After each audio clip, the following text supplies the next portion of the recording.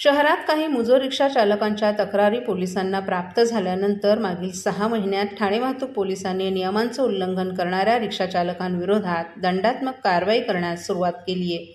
मागील 6 महिन्यात ठाणे वाहतूक पोलिसांनी 13,15,22,350 रुपयांचा दंड रिक्षा चालकांवर आकारलाय. 1,10,473 ई-चलनाद्वारे ही कारवाई झाली असून अनेक रिक्षा चालकांवर 4 ते 5 किंवा त्यापेक्षा जास्त चलान आहेत. रिक्षातून अधिक प्रवासी वाहतूक, रिक्षा थांबा सोडून प्रवासी वाहतूक करणं, बेदरकार रिक्षा चालवणं अशा प्रकारच्या कारवाईचा सर्वाधिक समावेश आहे. ठाणे, कळवा, मुंब्रा, दिवा, डोंबिवली, कल्याण, उल्हासनगर, अंबरनाथ आणि बदलापूर आणि भिवंडी ही शहरं ठाणे आयुक्तालयाच्या क्षेत्रात येतात. या शहरात सुमारे लाखभर रिक्षा आहेत. ठाणे जिल्ह्यातील अनेक ठिकाणी अनेक पर्यटन स्थळं, औद्योगिक क्षेत्र, गोदामं आणि लघु उद्योग आहेत. त्यामुळं पर्यटक, नोकरदार, व्यावसायिक हे या भागात शहरात येत असतात. सार्वजनिक बसगाड्यांची सुविधा अपुऱ्या असल्यानं काही प्रवासी वेळ वाचवावा यासाठी रिक्षा वाहतुकीवर अवलंबतात. याचा गैरफायदा घेत रिक्षाचालक नियमांचं उल्लंघन करून प्रवासी वाहतूक करू लागले. अशा रिक्षाचालकांवर ठाणे वाहतूक पोलिसांनी कारवाईचा बडगा उगारलाय. ठाणे वाहतूक पोलिसांनी यावर्षी 1 जानेवारी ते 23 जून या कालावधीत ठाणे ते बदलापूर आणि भिवंडी या शहरात नियमांचं उल्लंघन करणाऱ्या रिक्षा चालकांवर ई-चलन यंत्राद्वारे कारवाई केली आहे. यामध्ये 1,10,473 ई-चलनाद्वारे कारवाई करण्यात आली आहे. तसंच 13,15,22,350 रुपयांचा दंडही आकारण्यात आला आहे. ठाण्यातील चरई येथील महानगर टेलिफोन निगम कार्यालयाबाहेर कर्मचारी आणि अधिकाऱ्यांनी एकत्र येत कामगार संघाचे अध्यक्ष खासदार अरविंद सावंत यांच्या नेतृत्वाखाली आंदोलन केलं.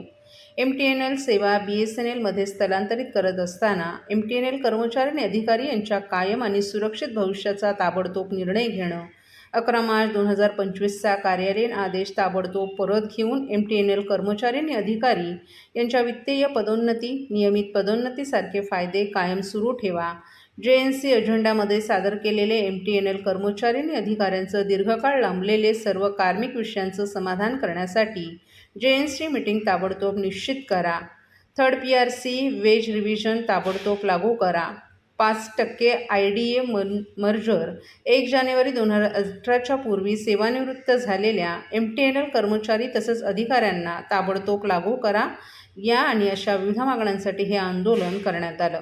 यावेळी सरकारच्या कामगार विरोधी धोरणाचाही निषेध करण्यात आला. अधिक तीव्र होणार आहे. अधिक माननीय आमचे खासदार शिवसेना नेते यांच्या नेतृत्वाखाली हे सगळं चाललेलं आहे. आज खरं म्हणजे आमची जे काही MTNL जे काही चाललेलं आहे ते आमच्या सावंत साहेबांच्याच मार्गदर्शनाखाली चाललेलं आहे. कारण ते आहेत म्हणून आम्ही आजपर्यंत टिकलो आहे. नाहीतर आम्हाला एवढ्यात रिलायन्सचा लेबल लागला असता. ही वस्तू इथे नाकारता येत नाही आणि आमचे मॅनेजमेंट पण नाकारत नाहीये. तुम्हाला सगळ्याला ज्ञात असेल की ज्या ज्या वेळेला या चुकीची धोरणं जेव्हा आमच्या MTNL वाले पहिला प्रश्न जेव्हा संसदेत मांडायचा असेल ते आमचे खासदार अरविंद सावंत हेच मांडतायत आणि ते आहेत म्हणून आजपर्यंत एवढं आमचं चाललेलं आहे. पण आता त्यांच्या वेगळ्या पद्धतीने तुम्हाला माहिती आहे कामगार विरोधी सरकारचं धोरण चाललेलं आहे आणि त्यांची त्यांच्याकडे पाशवी बहुमत असल्यामुळे ते काही करायचं ठरवलं. सगळं देशात सगळं आहे चाललेलं आहे. पण तरी देखील आम्हाला खात्री आहे हे जरी नाही मिळालं तरी आमचं नेतृत्व माननीय अरविंदजी सावंत हे जोपर्यंत आमच्या बरोबर आहेत तोपर्यंत आम्हाला कसली काळजी नाही ते करणार.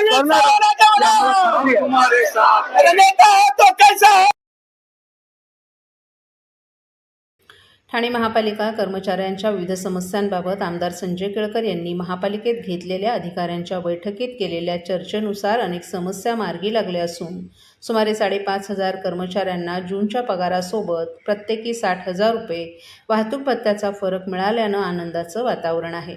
2 जानेवारी 2025 रोजी स्थायी समिती सभागृहात झालेल्या बैठकीत अतिरिक्त आयुक्त प्रशांत रोडे, मुख्य लेखा व वित्त अधिकारी दिलीप सूर्यवंशी, उपायुक्त जीजी गोदेपुरे, उमेश बिरारी, सचिन सांगळे आणि कार्मिक अधिकारी दयानंद गुंडप आदीही उपस्थित होते. या बैठकीत आमदार संजय केळकर यांनी महापालिकेतील अधिकारी कर्मचाऱ्यांना प्रवास भत्त्याच्या फरकाची रक्कम अदा करण्याबाबत सूचना केल्या होत्या. यावर संबंधित अधिकाऱ्यांनी निधीच्या उपलब्धतेनुसार भत्त्याचा फरक देण्याची कार्यवाही सुरू करण्यात येईल असं सांगितलं होतं. याबाबत केळकर यांनी सातत्यानं पाठपुरावा केल्यानंतर जून महिन्याच्या पगारासोबत अधिकारी कर्मचाऱ्यांना फरकाची रक्कमही देण्यात आली आहे. सुमारे 5,500 कर्मचाऱ्यांना प्रत्येकी 60,000ची रक्कम मिळाल्यानं पालिका वर्तुळात उत्साहाचं वातावरण आहे. वाहतूक भत्त्याचा फरक, 7व्या वेतन आयोगाचा पहिला, दुसरा आणि तिसऱ्या हप्त्याचा फरक, तसंच 2016 नंतरच्या कर्मचाऱ्यांचा 7व्या वेतन आयोगाच्या फरकाचे हप्ते, 5 वर्ष रखडलेली ड वर्ग पदोन्नती, PF DCPSच्या पावत्या देणं, 10 वर्ष, 20 वर्ष आणि 30 वर्ष सेवा झालेल्या अधिकारी कर्मचाऱ्यांना आश्वासित प्रगती योजना लागू करणं, या आणि अशा अनेक प्रश्नांवर या बैठकीत चर्चा करण्यात आल्यानंतर केळकर यांनी संबंधित अधिकाऱ्यांना सूचना केल्या होत्या. केळकर यांनी बैठकीनंतर देखील या प्रश्नांची तड लावण्यासाठी पाठपुरावा सुरू ठेवल्यानं या सूचनांची अंमलबजावणी टप्प्याटप्प्यानं होत असल्यानं कर्मचाऱ्यांना दिलासा मिळालाय. ठाणे, मुंब्रा आणि दिव्यात 81 अनधिकृत शाळा असून त्यापैकी फक्त 3 शाळांवर कारवाई करण्यात आली. या शाळांमुळे विद्यार्थ्यांचं शैक्षणिक भवितव्य धोक्यात आलं असताना अधिकाऱ्यांच्या संगनमतानं या शाळांचं पेव फुटल्याचा आरोप आमदार संजय केळकर यांनी अधिवेशनात केलाय. या शाळांवर ठोस कारवाई करण्याची गरज असून त्या सील कराव्यात अशी मागणी त्यांनी औचित्याच्या मुद्द्याद्वारे केली आहे. ठाणे, मुंब्रा, दिवा भागात अनधिकृत शाळांची संख्या 81 झाली असून त्यातील 70 शाळा एकट्या दिव्यात आहेत. गेल्या 21 महिन्यात दिव्यात 39 अनधिकृत शाळांची भर पडली आहे. विशेष म्हणजे या सर्व शाळांच्या संस्थाचालकांवर गुन्हे दाखल करूनही फक्त 3 शाळांवरच कारवाई करण्यात आली आहे. या शाळांना 65 कोटींचा दंड ठोठावण्यात आला असून तो अद्याप जमा करण्यात आला नाही. या पार्श्वभूमीवर येथील अधिकृत शाळांनी बंद पुकारला होता. तसंच आमदार केळकर यांना भेटून भूमिका मांडली होती. अनधिकृत शाळांमुळे पालकांचं नुकसान तर होतंच, परंतु विद्यार्थ्यांचंही भविष्यात मोठं नुकसान होणार असल्यानं केळकर यांनी अधिवेशनात औचित्याच्या मुद्द्याद्वारे या शाळांवर ठोस कारवाई करण्याची मागणी केली. नवीन शैक्षणिक वर्ष सुरू झालं असून अनधिकृत शाळा अद्याप सुरू असल्यानं विद्यार्थ्यांचं अतोनात नुकसान होणार आहे. त्या यंत्रणा अशा शाळांवर कारवाईची प्रक्रिया करत असतात, परंतु संगनमतामुळे या शाळा अद्याप सुरूच आहेत, किंबहुना आणखीन वाढत असल्याची खंतही केळकर यांनी व्यक्त केली आहे. आतापर्यंतच फक्त 3च शाळांवर कारवाई करण्यात आल्यानं झारीतले शुक्राचार्य कोण असा प्रश्न उपस्थित होत आहे. या शाळांची पाणी आणि वीज जोडणी तोडून त्या सील कराव्यात, जेणेकरून विद्यार्थ्यांचे संभाव्य नुकसान टळेल अशी मागणीही केळकर यांनी केली आहे.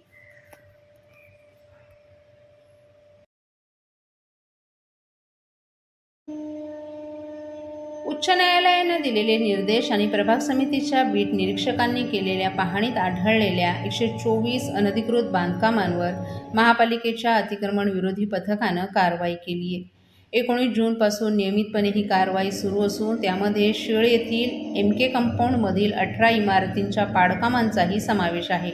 ठाणे महापालिका क्षेत्रात 19 जूनपासून नियमितपणे अतिक्रमण विरोधी पथकाची कारवाई सुरू आहे. त्यासाठी 9 प्रभाग समिती क्षेत्रांमध्ये उपायुक्त दर्जाच्या अधिकाऱ्यांच्या नेतृत्वात विशेष पथकांची महापालिका आयुक्त सौरभ राव यांनी नियुक्ती केली. प्रभाग समिती क्षेत्रात बीट निरीक्षकांनी नोंदवलेली आणि सध्या सुरू असलेली अनधिकृत बांधकामं पाडण्यास या मोहिमेत प्राधान्य देण्यात आले. त्याचबरोबर अनधिकृत बांधकामांविषयी तक्रार आल्यास त्याची शहानिशा करून ती बांधकामंही तोडण्यात येत आहे. या बांधकामांमध्ये वाढीव बांधकामांचा समावेश अधिक असल्याची माहिती अतिक्रमण विभागाचे शंकर पाटोळे यांनी दिली आहे. महापालिका क्षेत्रात अधिकृत चाळी, अनधिकृत बैठी बांधकामं, वाढीव शेड, वाढीव बांधकाम, RCC इमारतीचं बांधकाम, अनधिकृत बंगले, नाल्यांलगतचं बांधकाम, आरक्षित भूखंडावरील गोडाऊनचं बांधकाम, अनधिकृत टर्फ या प्रकारच्या बांधकामांवर कारवाई करण्यात आली आहे. ही कारवाई नियमितपणे सुरू राहणार आहे. हरित क्षेत्रातील बांधकामांचा शोध घेऊन त्यावरही कारवाई सुरूच आहे. तसंच खाडीकिनारी अनधिकृत भरणी यावरही कारवाई करण्यात येत असल्याची माहिती उपायुक्त पाटोळे यांनी दिली आहे. दरम्यान शिळ येथील MK कंपाऊंड येथे उच्च न्यायालयाच्या आदेशानुसार एकूण 21 इमारतींच्या निष्कासनाची कारवाई सुरू आहे. त्यापैकी 18 इमारती पाडण्यात आल्या. उर्वरित इमारतींच्या निष्कासनाची कारवाई सुरू आहे. या मोहिमेची अंमलबजावणी आणि प्रत्यक्ष कारवाई यांचा दैनंदिन स्वरूपातील आढावा अतिरिक्त आयुक्त प्रशांत रोडे घेत आहेत.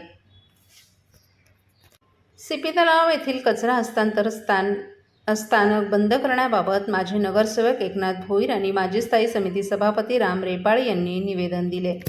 वागळे स्टेट भागातील CP तलाव येथील अनधिकृत असलेले घनकचऱ्याचं डम्पिंग ग्राउंड बंद करण्यासंदर्भात शिवसेनेच्या वतीनं शिवसेनेतील या विभागातील स्थानिक नगरसेवक एकनाथ भोईर आणि राम रेपाळे यांनी वारंवार डम्पिंग ग्राउंड बंद करण्याची मागणी केली. तसंच डम्पिंग ग्राउंड बंद करण्यासाठी अनेक वेळेला वेळ पडल्यास रस्त्यावर उतरून आंदोलनही केली आहेत, परंतु प्रशासनानं वेळोवेळी मुदत मागून वेळकाढूपणा केला आहे. आता देखील 1 जून रोजी आम्ही प्रशासनाला हे डम्पिंग ग्राउंड बंद करावं असं सांगितल्याचं त्यांनी सांगितलं. प्रशासनानं देखील 12 जूनपर्यंत डम्पिंग ग्राउंड हटवण्याबाबत आश्वासन दिलं होतं, परंतु आज देखील त्या ठिकाणी हजारो टन कचरा पडलाय. त्यामुळे परिसरात मोठ्या प्रमाणात दुर्गंधी पसरली आहे. तसंच घाणीचं साम्राज्यही निर्माण झाले. पावसाळा सुरू असल्यामुळे साथीचे आजार पसरलेत. त्यामुळे या ठिकाणचा 10 जुलैपर्यंत सीपी तलाव डम्पिंग ग्राउंड पूर्णपणे हटवण्यात यावा आणि संपूर्ण कचरा हटवण्यात यावा.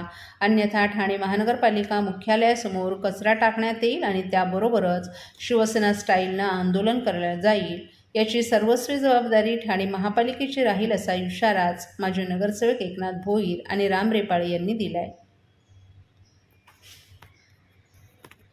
मुख्यमंत्री आमचे एकनाथजी शिंदे साहेब यांचा हा मतदारसंघ आहे आणि अगदी आमची ही माफक मागणी होती का शिंदे साहेबांनी सुद्धा सांगितलं होतं प्रशासनाला का बाबा रे, प्रत्येक विधानसभा निहा त्या ठिकाणी तुम्ही कचरा संकलन केंद्र करा आणि त्या ठिकाणावर तुम्ही डम्पिंगला गाड्या पाठवा. कारण डम्पिंग आपल्याला लांब असल्यामुळे ताबडतोब छोट्या गाड्या डम्पिंगला जाऊ शकत नाही. ही प्रशासनाची सुद्धा बाजू आम्ही बघतो, कारण आम्ही एक नगरसेवक म्हणून त्या ठिकाणी काम करत असताना आम्हाला दोन्ही बाजू बघाव्या लागतात. परंतु सर्वांचा लोड हा ठाणे शहर असू द्या, ओला माजीवाडा असू द्या, या मुंब्रा कलवा असू द्या, हा सगळा लोड तुम्ही आमच्या वागळे स्टेटमध्येच का आणता? तो न आणता तो विभक्त इतर ठिकाणी थोड्या थोड्या तुमच्या छोट्या घंटागाडीने जमा केला आणि तो तुम्ही डम्पिंगच्या ठिकाणी घेऊन गेलात तर ते सोयीस्कर पडेल. पण हे प्रशासनाला जाग येत नाही, म्हणूनच आम्हाला अल्टिमेट द्यावं लागलं.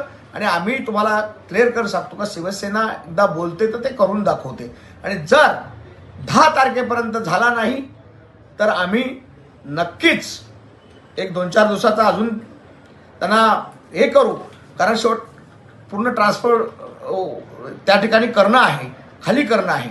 परंतु आम्ही नंतर आमची भूमिका जी शिवसेना स्टाईलनी सांगितलेली आहे त्या पद्धतीने आंदोलन केलं जाईल आणि संपूर्ण या ठिकाणी आम्हाला जे दुर्गंधी आमच्या नागरिकांना, सर्वसामान्य नागरिकांना घ्यावी लागते, वास घ्यावा लागतो, तो आम्ही त्या अधिकाऱ्यांना त्या ठिकाणी देणार आहोत.